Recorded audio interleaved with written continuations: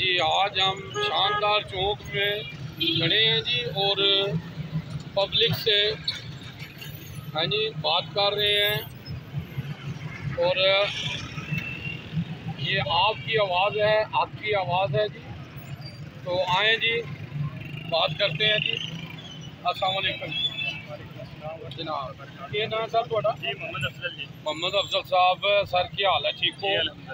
जी sir इतने जेलम जी जी sir तो sir कोई पब्लिक ग्रुप के मैसेज देना चाहो?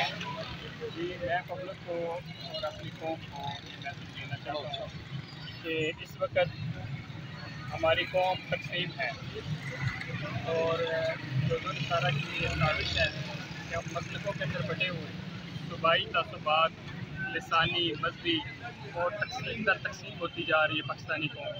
तो मैं अपनी कौम को मैसेज देना चाहता हूँ कि आए हम जिस तरह पाकिस्तान को बनाया था, हम इकट्ठे हुए थे सब, ना सिंधी बलोची और ना उसके अंदर शिया सुन्नी और ना ही कोई मसलक ना ही कोई फिरका था।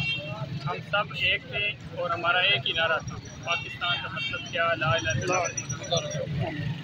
आज जिस वक्त हमने पाकिस्तान को बनाया था जब मुतहद हुए थे, हमने अल्हम्दुलिल्लाह ये बहुत बड़ी अल्लाह की तरफ से कामयाबी और नेमत मिली पाकिस्तान की सूरत में।